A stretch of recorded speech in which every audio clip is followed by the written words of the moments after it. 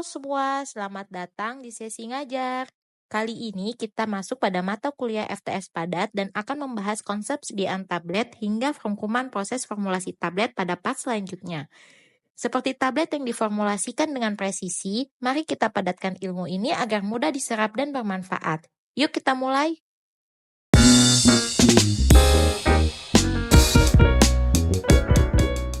Si kecil tapi penuh manfaat. Tablet adalah salah satu bentuk sediaan farmasi yang paling umum digunakan. Namun, tahukah kalian bahwa setiap tablet memiliki formula khusus yang menentukan cara kerja dan efektivitasnya? Mari kita bahas konsep sediaan tablet lebih lanjut. Tablet adalah sediaan farmasi padat yang mengandung zat aktif dan eksipien, dibuat dengan cara kempa atau cetak, dengan atau tanpa lapisan tambahan. Ada juga yang menyatakan bahwa tablet adalah bentuk sediaan padat yang umumnya dibuat dengan eksipien farmasi yang sesuai. Tablet bervariasi dalam ukuran, bentuk, berat, kekerasan, ketebalan, disintegrasi, karakteristik pelarutan, serta aspek lainnya, tergantung pada tujuan penggunaan dan metode pembuatannya. Dalam hal ini, ada banyak jenis tablet sesuai dengan tujuan penggunaannya masing-masing. Tablet terkompresi. Tablet kompresi adalah tablet yang dibuat dengan cara menekan atau mengompresi campuran serbuk zat aktif dan eksipien menggunakan tekanan tinggi dalam pengempaan mesin tablet. Metode ini merupakan teknik pembuatan tablet yang paling umum digunakan dalam industri farmasi. Setelah pengempaan, tidak menutup kemungkinan tablet dapat dipreparasi menjadi jenis tablet lainnya, contohnya seperti tablet salut, yang akan kita bahas pada part video lainnya. Tablet terkompresi berlapis. Tablet ini dipreparasi dengan cara memberikan bahan pengisi lebih dari satu kali penekanan. Hasilnya bisa berupa tablet berlapis ganda atau tablet di dalam tablet. Tablet bagian dalam akan menjadi inti dan tablet bagian luar menjadi cangkang. Tablet salut gula. Tablet ini merupakan tablet kompresi yang dilapisi dengan lapisan gula berwarna ataupun tidak berwarna. Lapisan gula dapat melindungi obat dari lingkungan dan menghalangi rasa atau bau yang tidak sedap. Pelapisan gula pada tablet ini dapat menambah 50% dari berat tablet inti. Tablet salut lapis tipis. Tablet ini merupakan tablet yang dilapisi dengan lapisan tipis polimer seperti hidroksipropil metil selulosa atau HPMC dan hidroksipropil selulosa atau HPC. Dan bisa juga polimer etil selulosa untuk memberikan efek pelepasan yang lebih lama. Tablet ini umumnya berwarna dan bertujuan untuk perlindungan dari lingkungan, estetika, serta memperlambat pelepasan zat aktif meskipun tidak seefektif salut enterik atau pelepasan terkendali. Tablet salut enterik. Tablet ini memiliki fitur delayed release yang dirancang untuk hancur di usus. Salut enterik digunakan ketika zat aktif tablet rusak pada cairan lambung atau dapat mengiritasi mukosa lambung.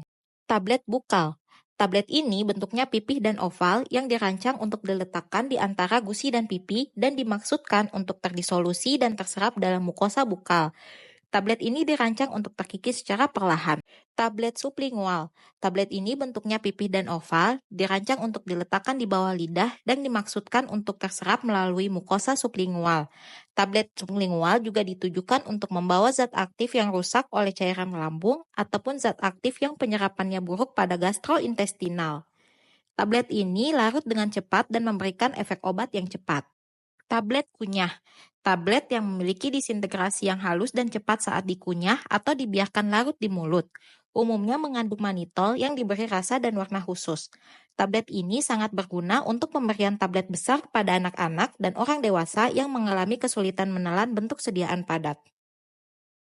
Tablet effervescent. Tablet ini merupakan tablet yang dibuat dengan mengompresi granul garam effervescent yang melepaskan gas saat bersentuhan dengan air. Tablet ini umumnya mengandung zat obat yang larut dengan cepat saat ditambahkan ke air. Aksi gelembung dapat membantu memecah tablet dan meningkatkan liberasi zat aktif. Extended release tablet atau yang biasa dikenal dengan control release adalah tablet dengan pelepasan terkontrol yang dirancang untuk melepaskan obatnya dengan cara yang telah ditentukan dalam jangka waktu yang panjang. Vaginal tablet. Tablet ini berbentuk peluru atau oval yang tidak dilapisi dan dimasukkan ke dalam vagina untuk efek lokal. Tablet vaginal disiapkan dengan cara ditekan atau dibentuk agar pas pada perangkat sisipan plastik yang menyertai produk. Tablet ini mengandung antibakteri untuk pengobatan vaginitis non-spesifik yang disebabkan oleh Haemophilus vaginalis atau anti jamur untuk pengobatan kandidiasis vulvovaginisis yang disebabkan oleh Candida albicans dan spesies terkait lainnya. Keunggulan sediaan tablet. Ada beberapa keunggulan dari sediaan tablet. Keunggulan-keunggulan ini menjadikan tablet sebagai salah satu bentuk sediaan farmasi yang paling populer. Apa saja keunggulannya? Ayo kita bahas. 1. Dosis yang akurat. Setiap tablet mengandung jumlah zat aktif yang terukur dengan baik, sehingga memudahkan dalam pengaturan dosis. Hal ini tentu saja dapat meminimalkan resiko kesalahan dosis. Sekarang coba bandingkan dengan pengukuran dosis pada sediaan cair. Tablet lebih akurat dalam pemberian dosis karena setiap tablet telah mengandung jumlah zat aktif yang terukur secara tepat selama proses produksi. Sebaliknya, sediaan cair lebih rentan terhadap kesalahan dosis karena bergantung pada pengukuran manual oleh pasien ataupun tenaga medis. 2. Stabilitas yang baik.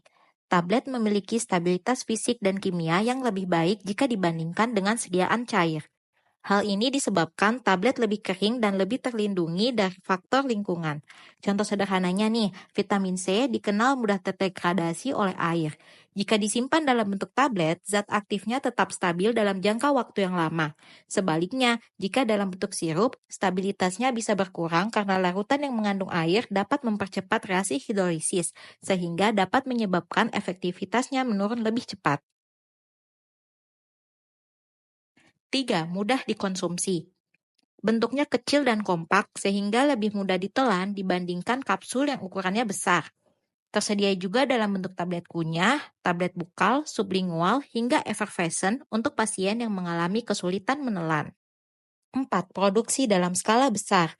Tablet merupakan salah satu bentuk sediaan farmasi yang paling efisien untuk diproduksi dalam skala besar, karena dapat dibuat menggunakan mesin pengempat tablet dengan proses yang cepat, otomatis, dan biaya produksi yang lebih rendah dibandingkan dengan sediaan lainnya seperti sirup, suspensi, ataupun krim. Contoh sederhananya, kita bandingkan produksi tablet paracetamol dengan produksi sirup paracetamol. Untuk produksi tablet paracetamol yang dibuat dalam dosis 500 mg, diproduksi dengan mesin pengempat tablet yang mampu menghasilkan 500.000 tablet per jam. Proses terdiri dari pencampuran bahan aktif dan eksipien, granulasi, pengempaan, dan pengemasan yang dilakukan secara otomatis. Tidak memerlukan bahan tambahan seperti air atau pengawet, dan biaya produksi lebih murah karena lebih sedikit bahan tambahan yang diperlukan dan lebih cepat dibuat. Lalu, coba bandingkan dengan produksi sirup paracetamol. Sediaan sirup diproduksi dengan proses pencampuran larutan, pengisian dalam botol, dan penutupan. Pada preparasinya membutuhkan tambahan air, pengawet, perasa, dan stabil untuk menjaga stabilitasnya. Dan akhirnya produksi lebih lambat dibandingkan tablet paracetamol, yakni hanya sekitar 10.000 botol per jam kurang lebih karena harus melalui tahapan pencampuran larutan dan pengemasan yang lebih kompleks. 5. Kemudahan penyimpanan dan distribusi. Tablet lebih ringan, tidak memerlukan wadah khusus seperti botol kaca yang lebih berat dan lebih mudah dikemas dibandingkan dengan sediaan cair atau injeksi. Stabilitas yang lebih tinggi memungkinkan penyimpanannya dalam jangka waktu lebih lama tanpa kehilangan efektivitasnya. 6. Pelepasan zat aktif yang terkontrol. Tablet dapat dirancang dalam berbagai jenis pelepasan seperti immediate release, extended release, delayed release, controlled release, bahkan gastroretentive tablet sesuai dengan kebutuhan terapi yang diharapkan.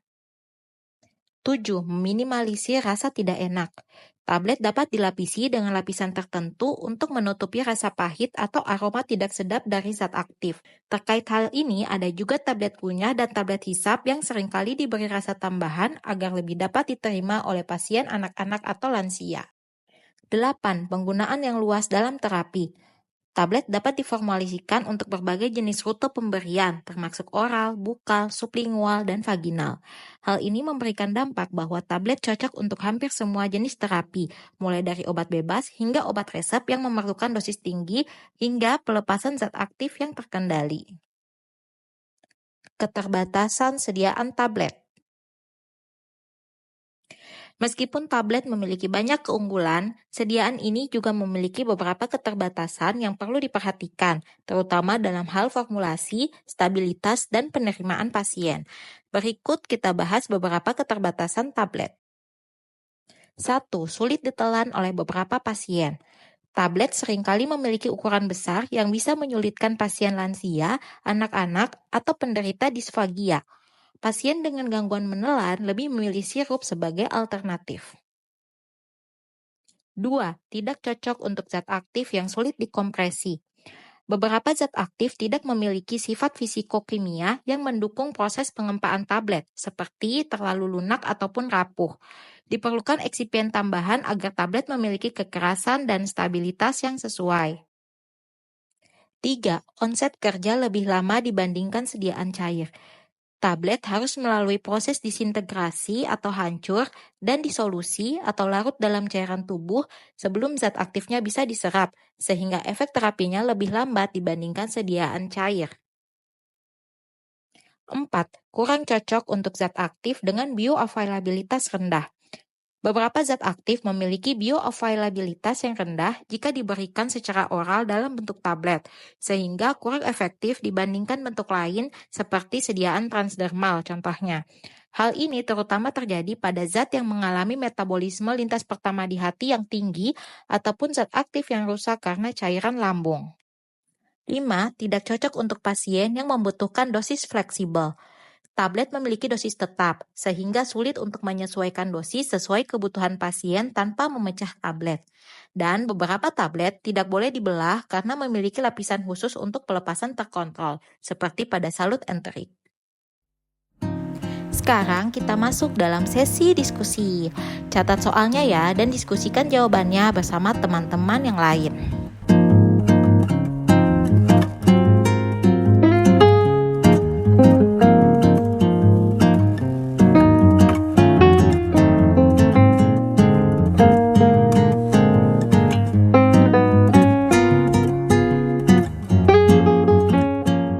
Sekarang kita sudah mengenal sebagian dari konsep dasar tablet.